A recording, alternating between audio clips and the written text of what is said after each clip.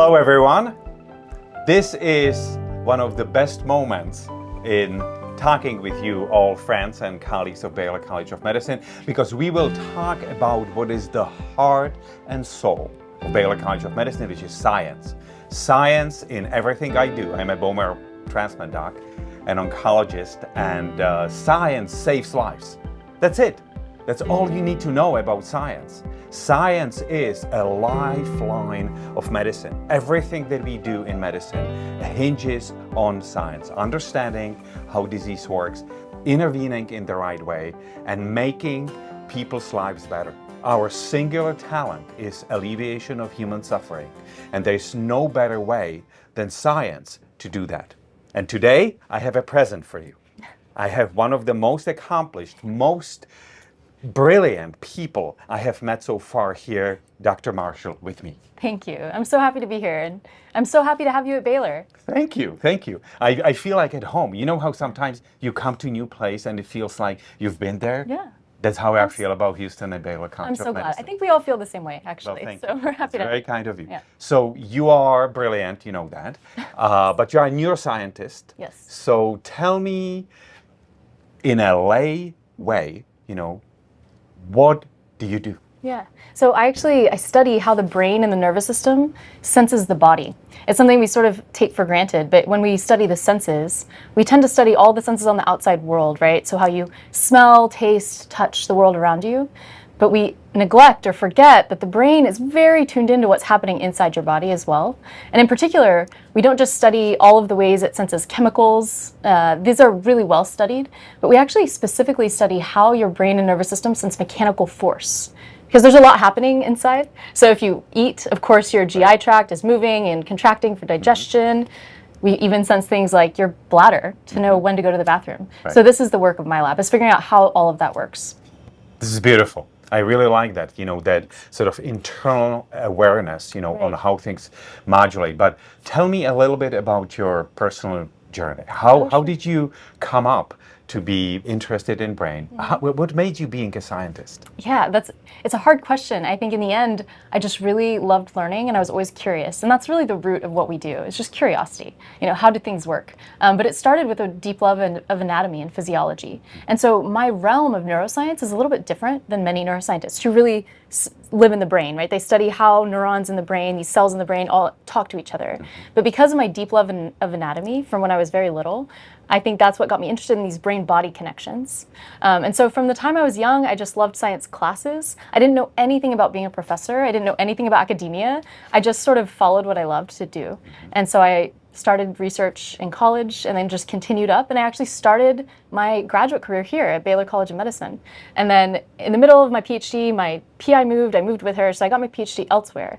But when I was looking for jobs and thinking about where I wanted to build a lab, I thought about the neuroscience department here because I knew what a wonderful environment it was, Right. full of brilliant, collaborative people. And this is what you want. You want a community that will really help you when you're starting out. So that's why I came back.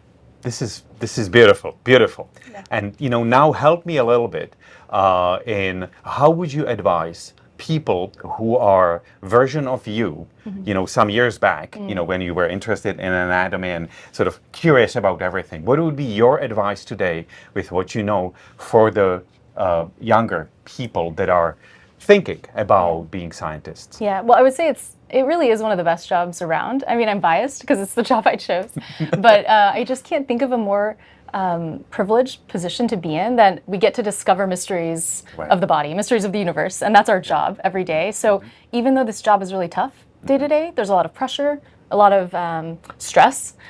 When I really step back and think about what we're being asked to do, which is unravel mysteries, I think that it's such a fortunate position to be in. The piece of advice I'd really give people who are trainees is to follow what deeply interests them.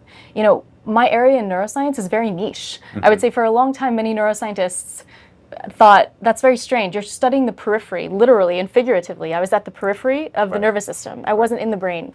And it turns out now I think that has yielded so many dividends because I saw that there was so much to learn there.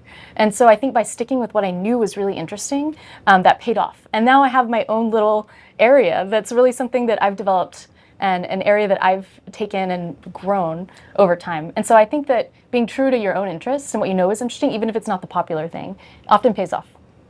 This is perfect. I think that you just captured it. Instead of competing in the crowded market of ideas and talent, finding your own field in a way and defining it, makes you a little more advanced, in the amount and impact, that you have. Yeah, definitely. So let's move a little further, away from this. If there's one thing about the brain or the periphery that you think that we still don't understand and should, what is it? Oh, there's so many. I don't know how to choose. I think that in the end, I'm so fascinated by this idea that the sensations from your body actually can shape your mood and emotion. That's right. And when we think of things like anxiety or panic attacks, if you ask someone to describe their experience, they'll start by describing their body. They'll describe, say, the beating of their heart or a constriction in their chest.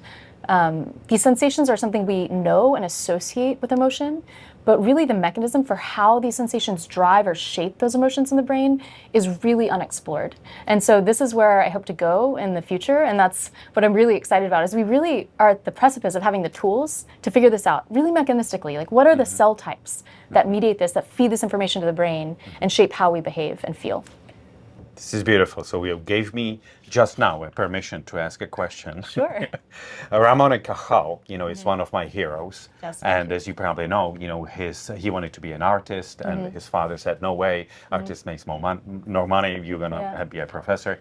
And I always was interested in not just his drawing of the neurons and other cells in the brain, but more in the connection of arts and sciences. So since you've opened this to the emotions, which I think is incredibly important, in this way, how do you think about the connectivity across your research and yourself and these areas? Sure. I think that's a wonderful question because it's something that I really value.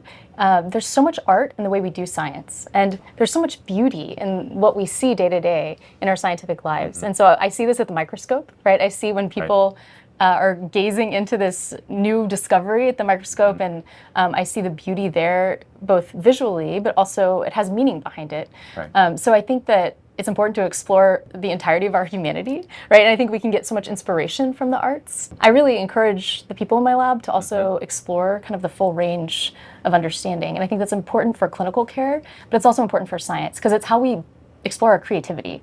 And so I think they are connected in that sense. And what we do is a very creative endeavor. That's fantastic. That's beautiful. Thank you, Dr. Marshall. Sure.